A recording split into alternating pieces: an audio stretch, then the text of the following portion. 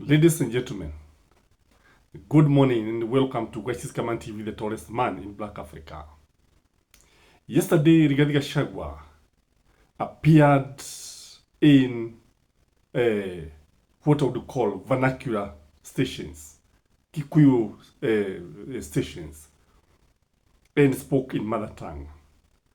And I want to highlight a number of things that he said.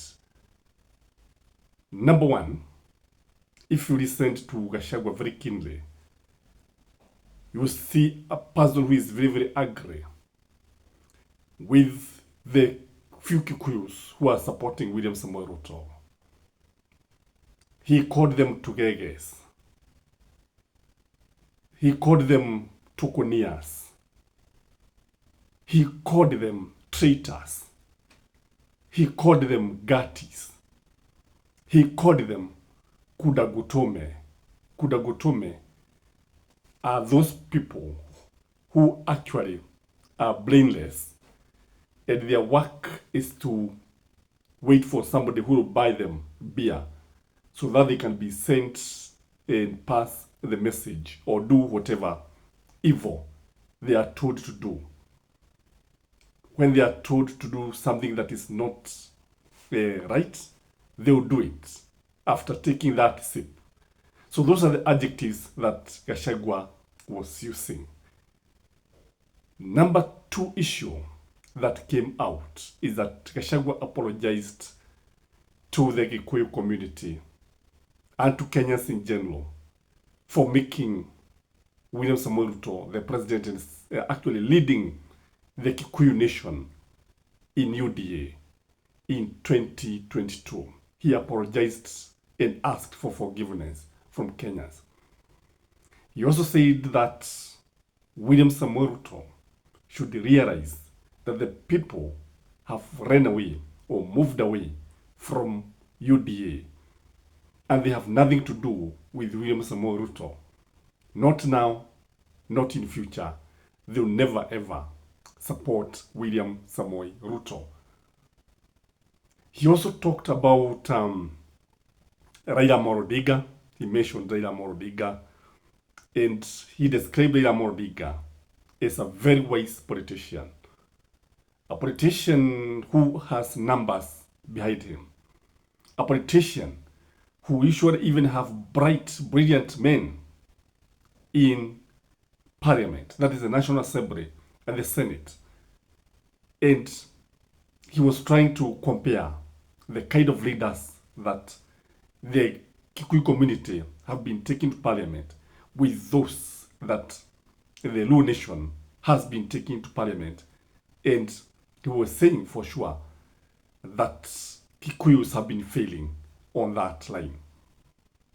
Again, he was referring to Kindiki as William Samoei Ruto's worker, just an ordinary person, somebody who cannot say anything contrary to the president, somebody who cannot give his independent might. And you would see the kind of attitude that Gachagua has towards Kindiki.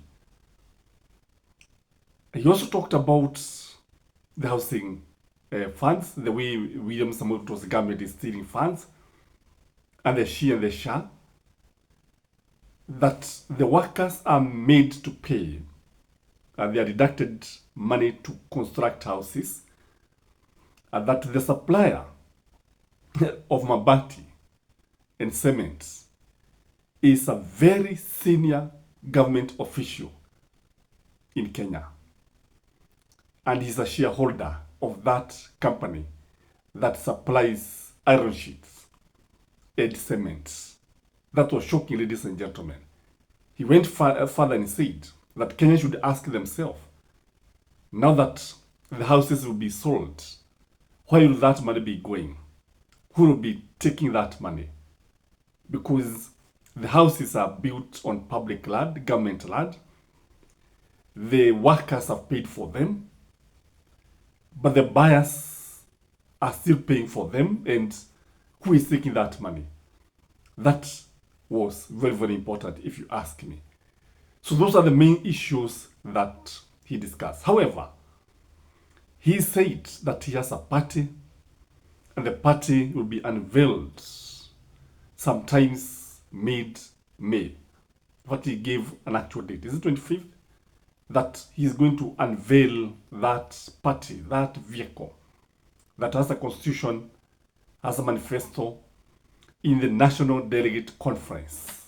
In this video, I want us to look at 4 reasons why Gachagua refused to name the party, yet the party is ready. Because this is a tactical move, if you ask me, and it is very much deliberate. Number 1, in my view, he wants to keep the government guessing.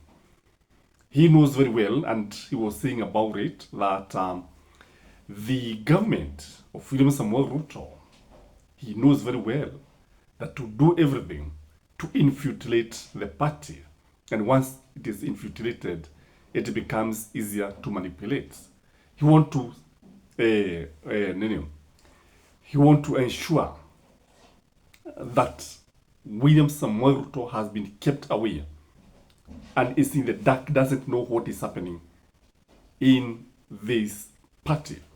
So the government should continue guessing and try to keep actually watching every move that Rigathi Gachagua is making. Number 2, in my view, I think Gachagua is waiting for the African Union elections that will be held on 15th. Because he said that he is not ruling out working with anybody. He can work with ODM, he can work with Wiper, he can work with anybody, including Matiang'i, Natebea, everybody. That is what he said. So the fact that Raila is contesting, and there is a possibility that after Raila wins or loses, there will be consequences. So these consequences will have major impacts nationally, not necessarily in ODM, but in our national politics.